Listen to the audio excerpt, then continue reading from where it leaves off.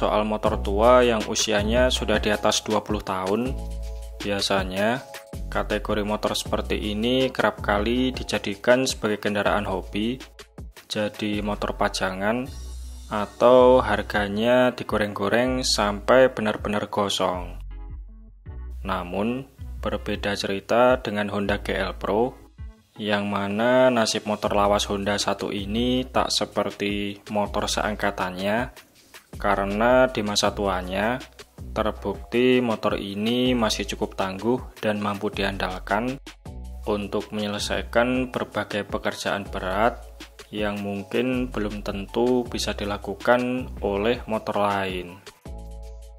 Salah satu pekerjaan berat yang melibatkan Honda GL Pro ini adalah ojek promo. Di kawasan wisata yang menjadi salah satu ikon Jawa Timur ini, banyak warga sekitar Gunung Bromo yang menawarkan jasa ojek untuk para wisatawan. Bahkan mereka juga menerima jasa mengangkut motor wisatawan yang sedang trouble.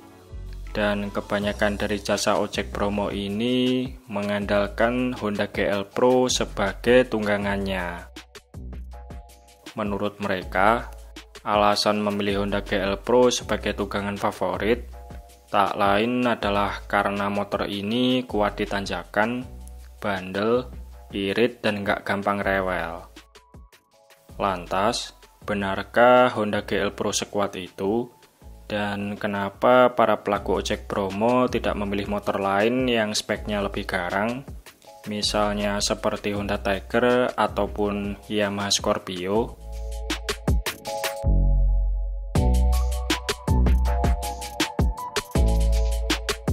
Bicara soal sejarahnya, Honda GL Pro sendiri dirilis pertama kali pada tahun 1983. Bertandem dengan sang adik yaitu Honda GL Max, kedua motor ini diluncurkan Honda untuk menggantikan posisi GL100 dan GL125 yang merupakan generasi pendahulunya.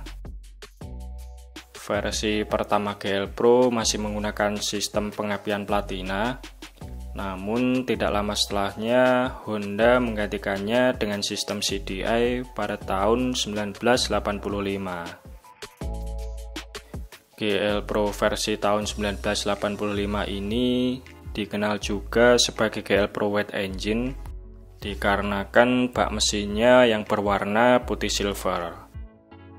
Mesin yang diusungnya berkubifikasi 144,7 cc, SOHC2 kleber pendingin udara, pengkabutan BBM disuplai oleh karburator ukuran 26 mm, serta transmisinya menggunakan 5 percepatan.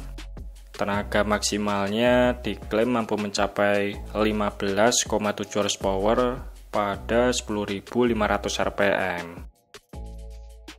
GL Pro Wet Engine ini dihentikan produksinya pada tahun 1991, untuk kemudian Honda menggantikannya dengan GL Pro Black Engine dengan ciri khasnya yaitu seluruh bagian mesinnya yang didominasi dengan cat warna hitam.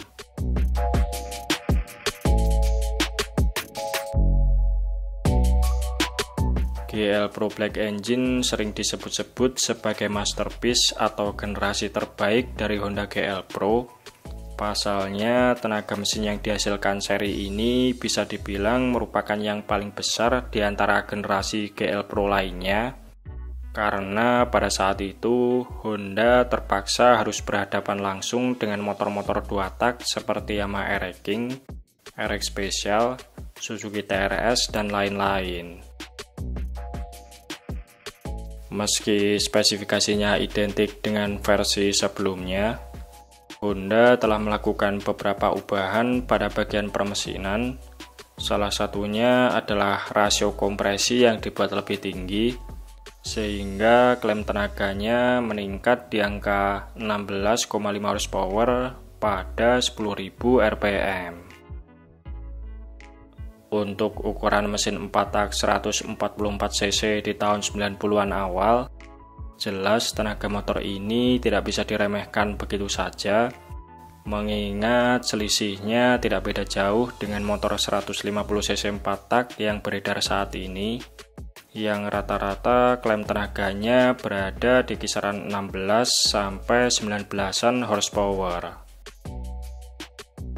Masa bakti generasi GL Pro Black Engine berakhir pada tahun 1994, untuk kemudian generasinya dilanjutkan oleh Honda GL Pro Neotech. Sesuai dengan nama yang diusungnya yaitu Neotech, pada generasi ini Honda telah menyematkan teknologi baru dan ubahan signifikan pada beberapa sektor.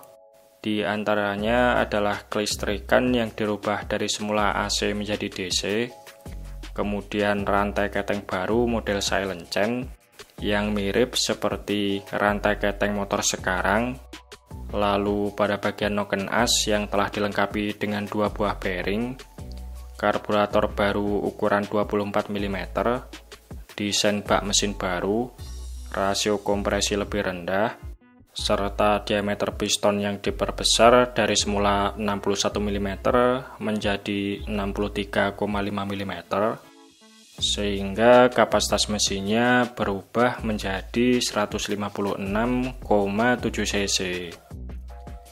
Mesin baru ini diklaim mampu menghasilkan tenaga 14,7 horsepower di 8.500 rpm dan torsi puncak 12,7 Nm pada 6.500 rpm.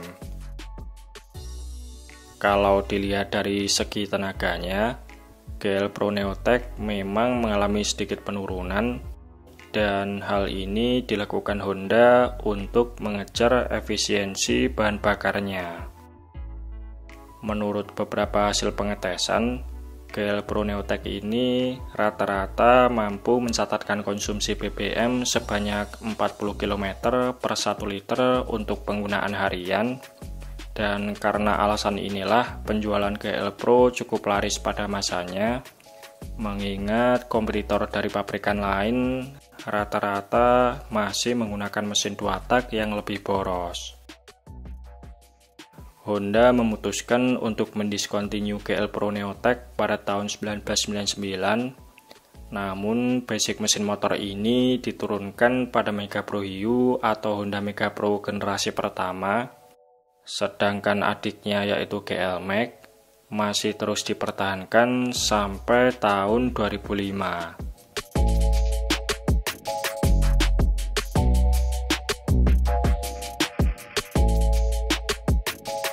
Meski produksinya sudah lama dihentikan, spare part Honda GL Pro ini masih mudah ditemui di berbagai toko spare part maupun marketplace online, dan alternatif lainnya bisa juga menggunakan part substitusi dari saudaranya yang lebih muda, misalnya seperti menggunakan spare part Mega Pro ataupun Honda Tiger.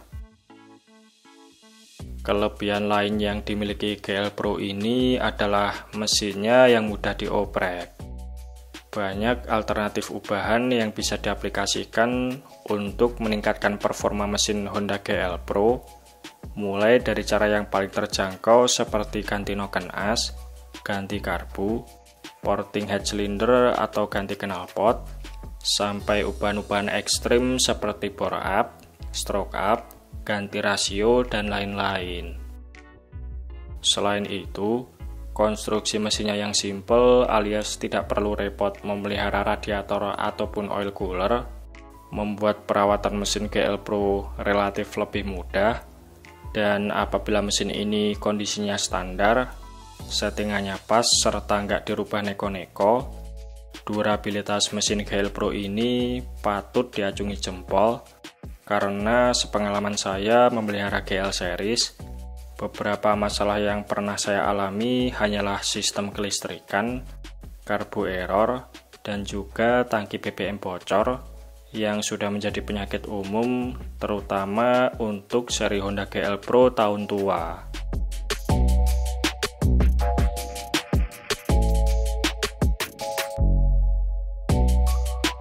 Meski tampilannya jadul dan mungkin kurang cocok dengan selera zaman sekarang, GL Pro ini punya desain jok panjang dan rata yang memudahkan penggunanya, terutama untuk mengangkut barang bawaan yang berat. Serta yang tak kalah penting dari GL Pro ini adalah harga unit secondnya yang masih terjangkau, dengan range harga di kisaran 5 jutaan sampai 10 jutaan. Sedangkan jika kondisinya original utuh, restorasi atau sudah upgrade, biasanya dihargai sampai belasan juta rupiah. Gak heran, karena beberapa alasan inilah GL Pro menjadi tunggangan favorit bagi ojek promo, karena motor ini memang sesuai dengan spesifikasi dan budget yang dibutuhkan untuk sebuah kendaraan tempur pekerja keras.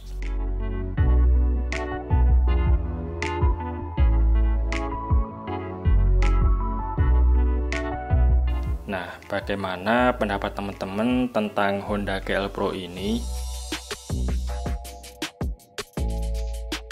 Oke, mungkin itu saja sedikit pembahasan kita di video kali ini. Terima kasih sudah menonton.